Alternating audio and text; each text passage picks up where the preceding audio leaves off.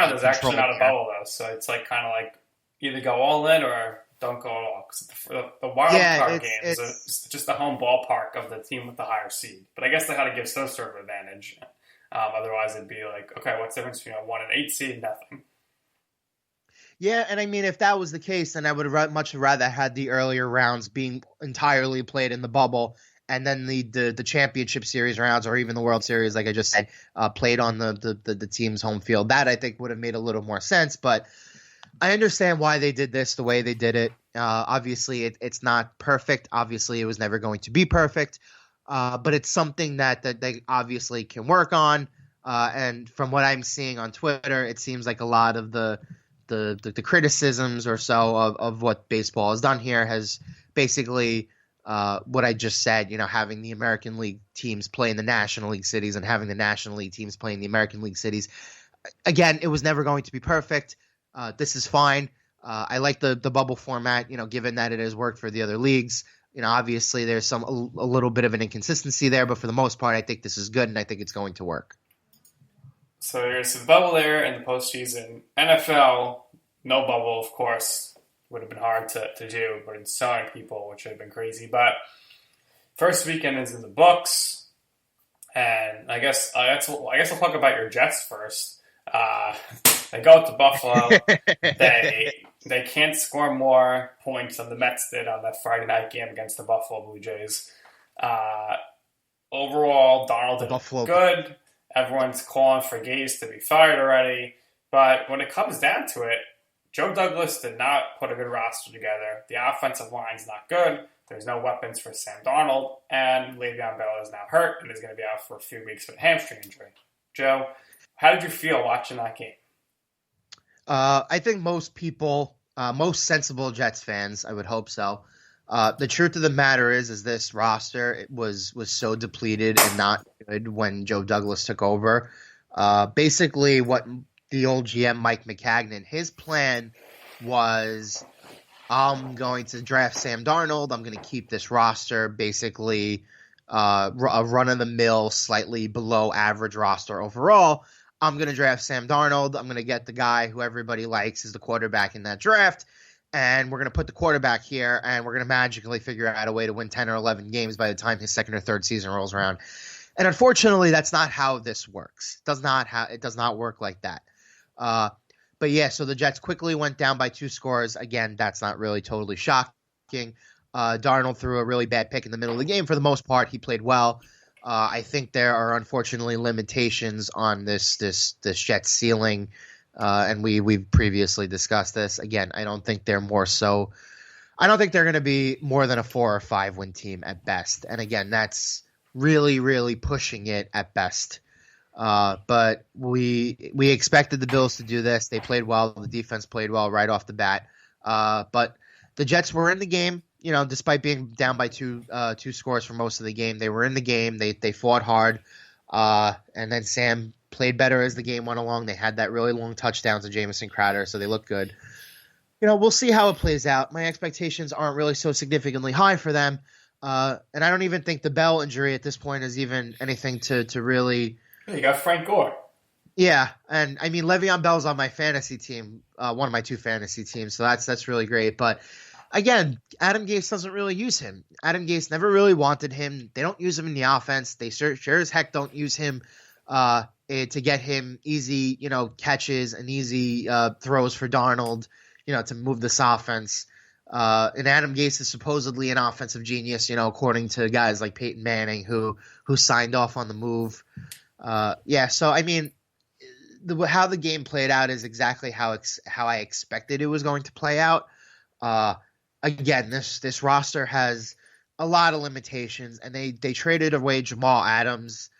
They didn't get really a starter back from them. They got mostly futures.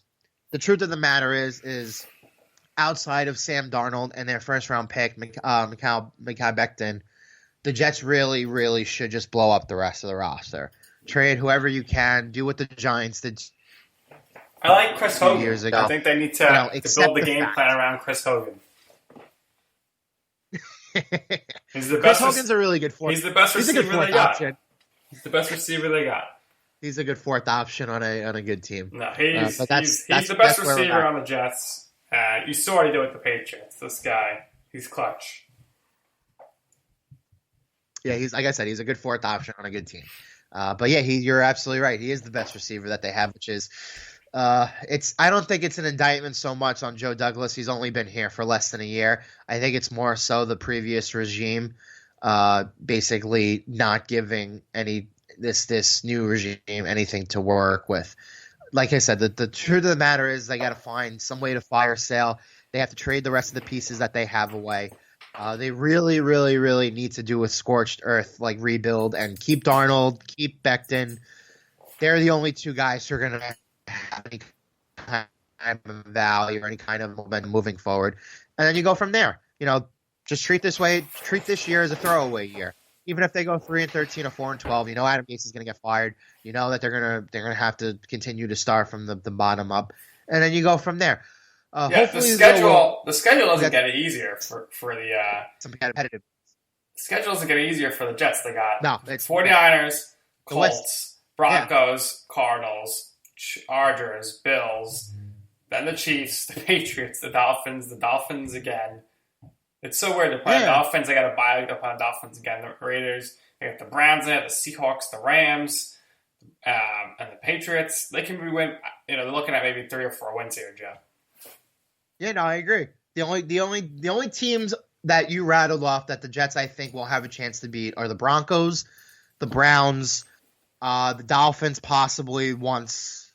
They always tend to split, and then from there, where are you going to find another win? The AFC West and the NFC West very well may be the two best divisions in football by the time, October, November roll around. There are just at least 5 or 6 like solid to good teams in both those divisions. And then the teams that are pretty much a question mark right now are probably the Raiders and the Broncos. But the Raiders won in week 1. They took care of business against the team that they should have beat. So, and again, John Gruden is a guy that we like. Obviously, he's better than a lot of coaches around the NFL. Yep. The Jets have to play the AFC West and the AFC West this year. Right then and there, that you're very well looking at either 1-7 or 0-8, I think. Right. And the Giants, they're no better. They are horrendous against the Steelers. Daniel Jones turning the ball over as usual. Everyone's saying, the Jason Garrett offense looked good. Saquon Barkley had 15 rushes for 5 yards. That's pathetic. The team looked atrocious. The defense was not good. I don't think that's a Garrett thing, though. I think that's more of they don't have a center. That's a problem. They just don't have a center. But why is Garrett getting any praise for the team putting up 16 points? I agree with that. I don't think they looked horrendous. I don't think they looked horrendous. Evan Ingram can't block. He can't catch a ball. You're going on a Francesa right here. I mean, listen, here's the bottom line. The Giants were in the game until the midway point, right after the midway point of the third quarter. They'd put together a 19-play drive, and unfortunately, Daniel Jones does what he does best. Turns the ball over. I think what the unfortunate part about that is he was clearly looking to throw the ball way out of the back of the end zone, and he just didn't have enough room. And in that case, he needed to take the sack there. But they were only down 6 points at that point. They were playing the Steelers pretty close the whole game. They made some stops on defense. To that point, Ben looked, I wouldn't say good. I think he looked a little 50-50 coming out of the gates. But from that point on, down the stretch of the game, he looked good. He looked crisp. I think, as opposed to the Jets, I think the Jets went down 2 scores early, and they just totally were out of the game. They never really had any hope to come back into the game. And I think the Jets roster, for the most part, is mostly depleted, as opposed to the Giants that I looked at last night. They clearly have some talent again now. Like Martinez looked good. Lorenzo Carter looked good.